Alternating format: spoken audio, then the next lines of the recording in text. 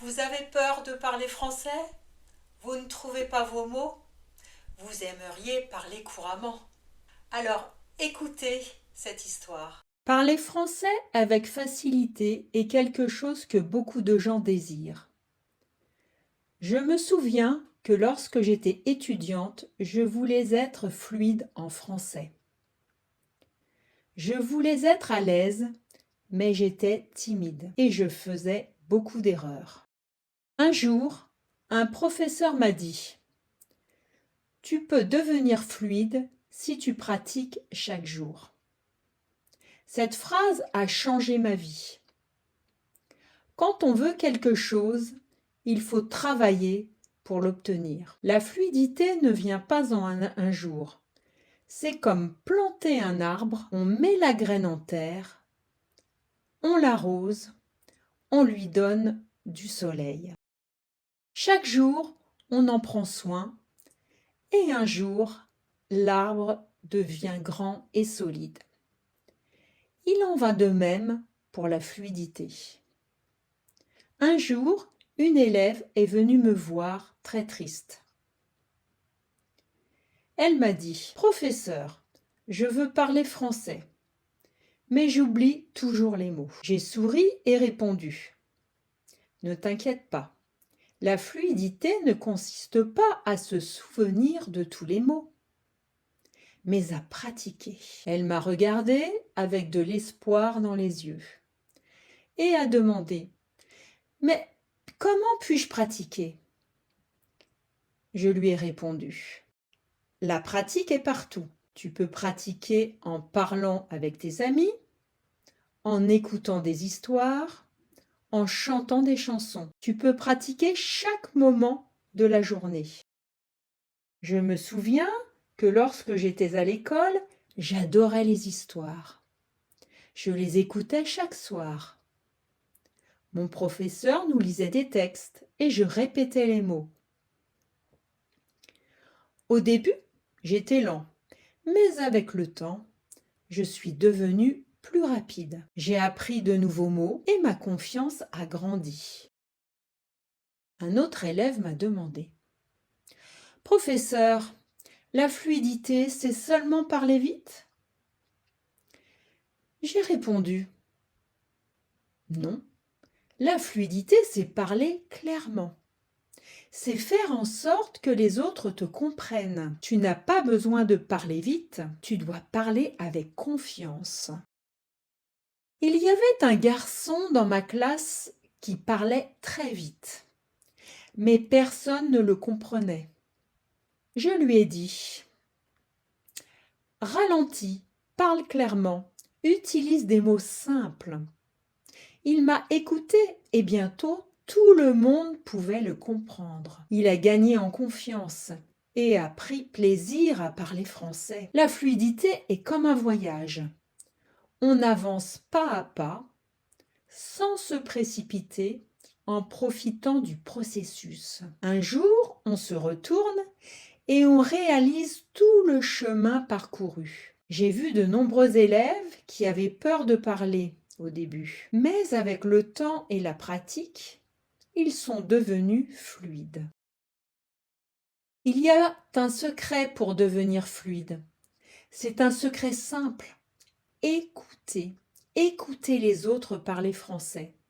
Écoutez des histoires, des chansons, des conversations. Plus vous écoutez, plus vous apprenez. Je connaissais une fille qui adorait la musique. Elle écoutait des chansons en français tous les jours. Très vite, elle s'est mise à chanter en même temps. Son français s'est amélioré parce qu'elle écoutait et répétait. Une autre chose importante, c'est de ne pas avoir peur des erreurs. Les erreurs sont nos meilleurs professeurs. Je me souviens d'une élève qui avait très peur de faire des erreurs. Elle ne parlait pas, car elle pensait que les autres allaient se moquer d'elle. Je lui ai dit: ne t'inquiète pas pour les erreurs. Chaque erreur est une leçon. Un jour, elle a décidé de parler en classe. Elle a fait beaucoup d'erreurs, mais elle n'a pas arrêté. Elle a continué à parler. Petit à petit, elle s'est améliorée. Un jour, elle m'a dit « Professeur, je n'ai plus peur ». Ce jour-là, elle a commencé à devenir fluide. La fluidité, c'est aussi penser en français. Quand on pense en français, on parle plus naturellement. J'avais un élève qui traduisait toujours de sa langue vers le français. Cela le ralentissait et le rendait confus. Je lui ai dit « Essaie de penser en français. Même quand tu es seul, pense en français. » Il a essayé et peu à peu, il est devenu plus fluide. J'avais un étudiant qui voulait toujours connaître le mot exact pour chaque chose. S'il ne connaissait pas un mot, il s'arrêtait de parler. Je lui ai dit, si tu ne connais pas le mot, essaie de le décrire. Cela l'a aidé à maintenir la conversation, même lorsqu'il ne connaissait pas le mot exact. Un étudiant m'a un jour demandé « Professeur, combien de temps cela va-t-il prendre pour devenir fluide ?» Je lui ai répondu que cela dépend de la fréquence de sa pratique. Certaines personnes deviennent fluides en quelques mois, tandis que pour d'autres, cela prend plus de temps. Mais l'essentiel est de continuer, ne t'arrête pas. Cet étudiant a pratiqué chaque jour et a rapidement vu des progrès. Parfois, il est utile de pratiquer devant un miroir. Lorsque tu te vois parler, tu deviens plus conscient de tes expressions et gestes. J'avais une étudiante qui était très timide. Elle n'aimait pas parler devant les autres. Je lui ai dit de pratiquer devant un miroir. Cela l'a aidée à devenir plus confiante. Et bientôt, elle parlait plus couramment. Il est aussi important de prendre des pauses. Parfois, ton cerveau a besoin de repos après une longue journée de pratique. C'est bien de se détendre. Je connaissais une étudiante qui pratiquait tout le temps. Elle est devenue très fatiguée et a commencé à se sentir frustrée.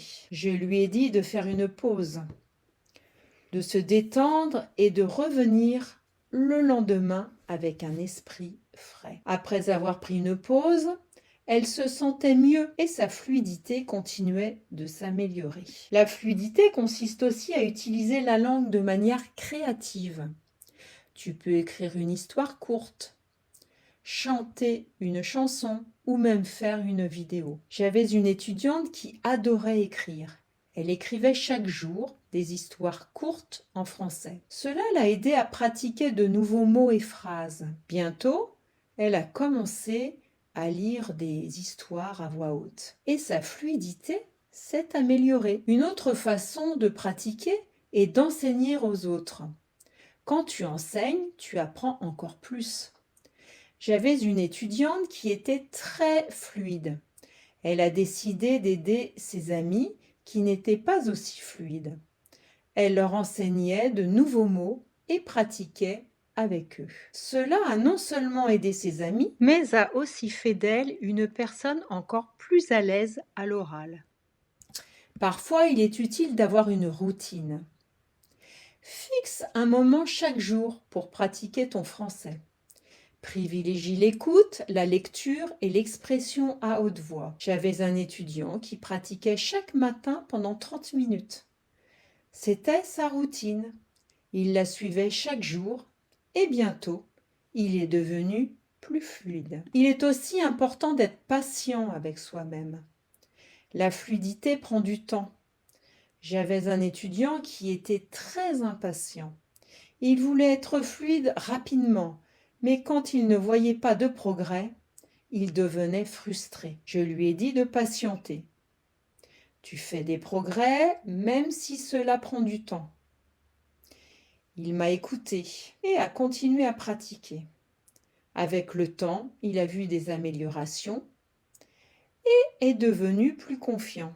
La fluidité ne concerne pas seulement le fait de parler, mais aussi d'écouter. Quand tu écoutes attentivement, tu apprends à répondre. J'avais un étudiant qui était un bon auditeur. Il écoutait attentivement avant de parler. Cela rendait ses réponses plus claires et réfléchies. Un autre point important est de rester positif. Apprendre une langue peut être difficile, mais une attitude positive facilite les choses. J'avais une étudiante qui était toujours positive.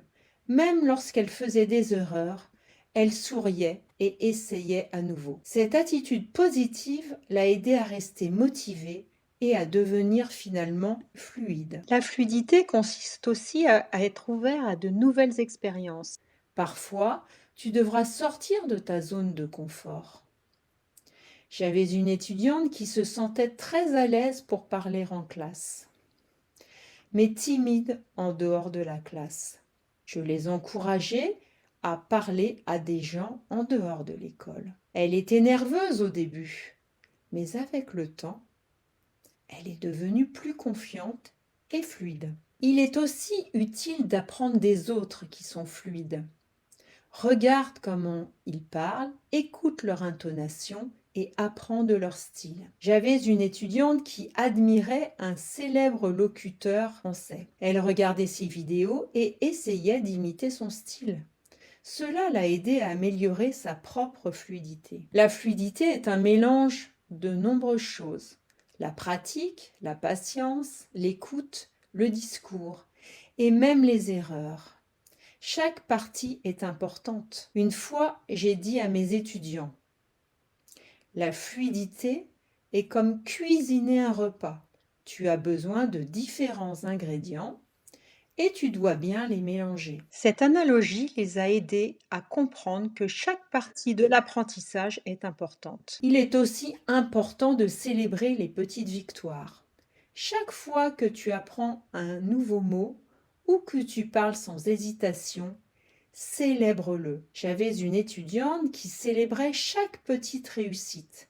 Cela la rendait fière et la motivait à continuer. Célébrer les petites victoires t'aide à avoir des progrès et à rester motivé. Un jour, un étudiant m'a demandé « Professeur, que faire si je bloque en parlant ?»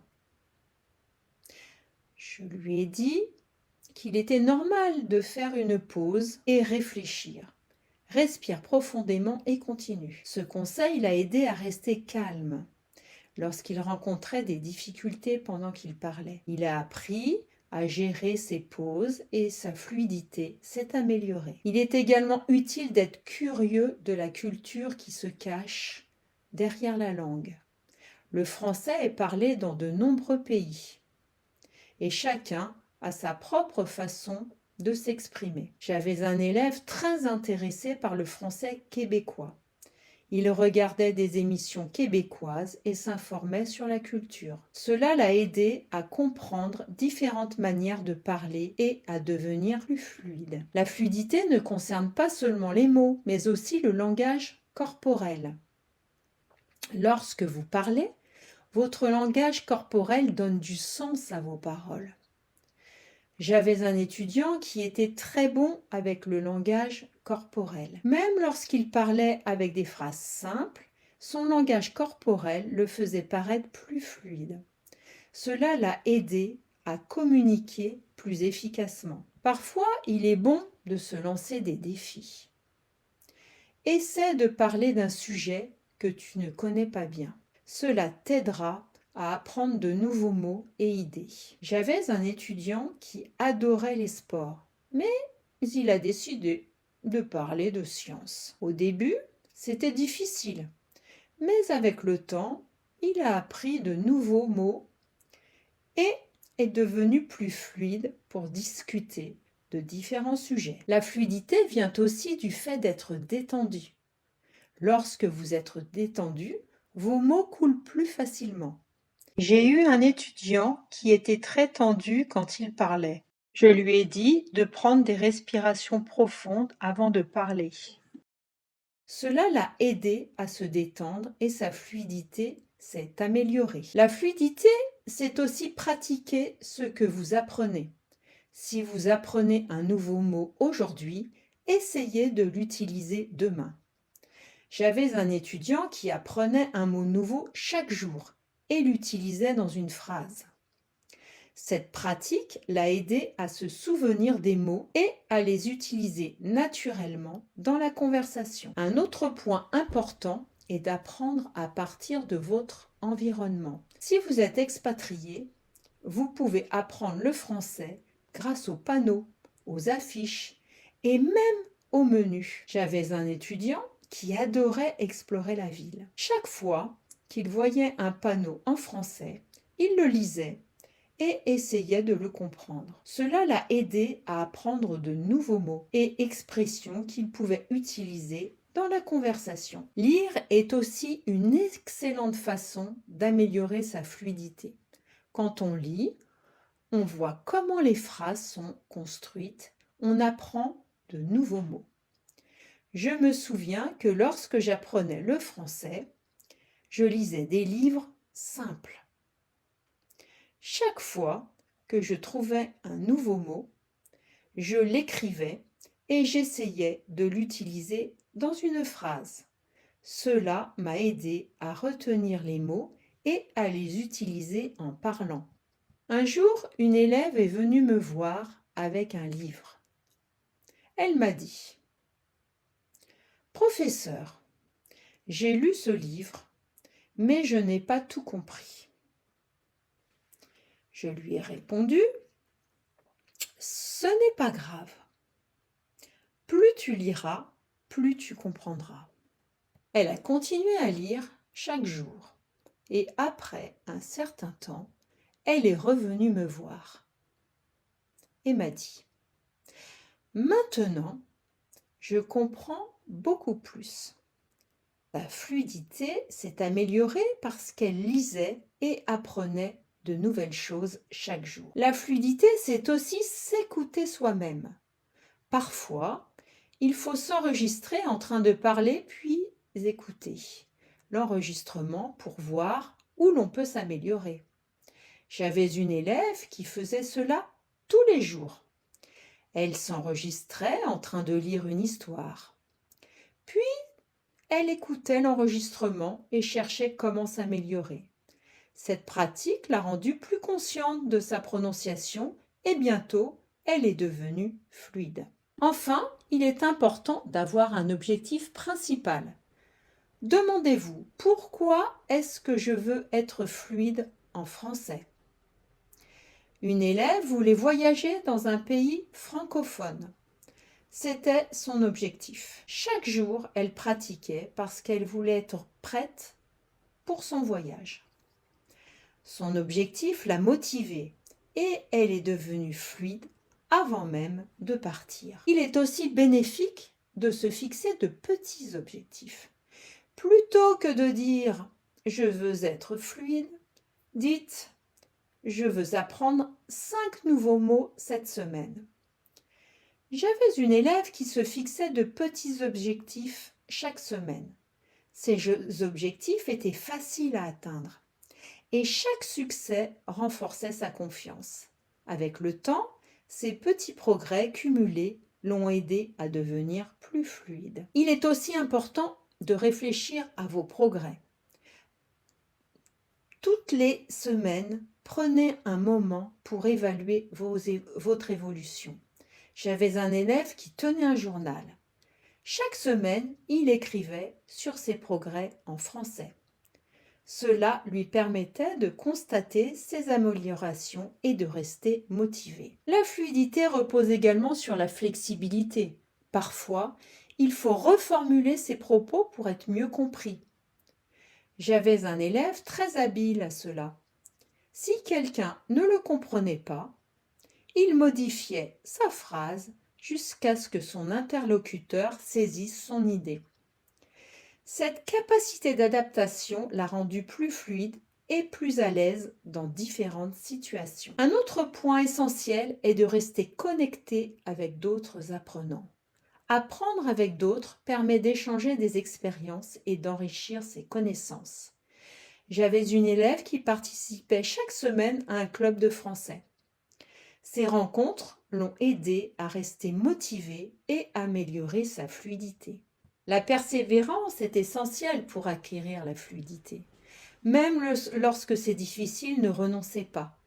J'avais un élève qui a longtemps eu du mal avec le français. Il a souvent eu envie d'abandonner. Mais il a continué. Un jour, il s'est rendu compte qu'il parlait plus facilement qu'avant. Sa persévérance a fini par payer. Il est parfois utile de réviser ce que l'on a déjà appris. Revenir sur du vocabulaire, des expressions, permet de consolider ses acquis. J'avais une élève qui relisait ses notes chaque mois.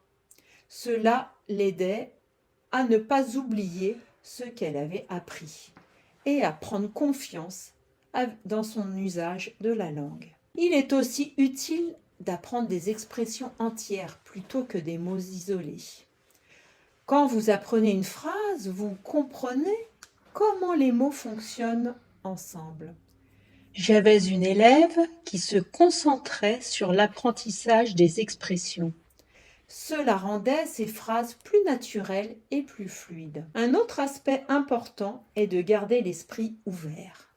On peut entendre différentes manières de dire la même chose. J'avais un élève très curieux des dialectes du français. Il s'intéressait aux différentes façons de parler selon les régions. Cela l'a rendu plus adaptable et plus fluide dans diverses situations.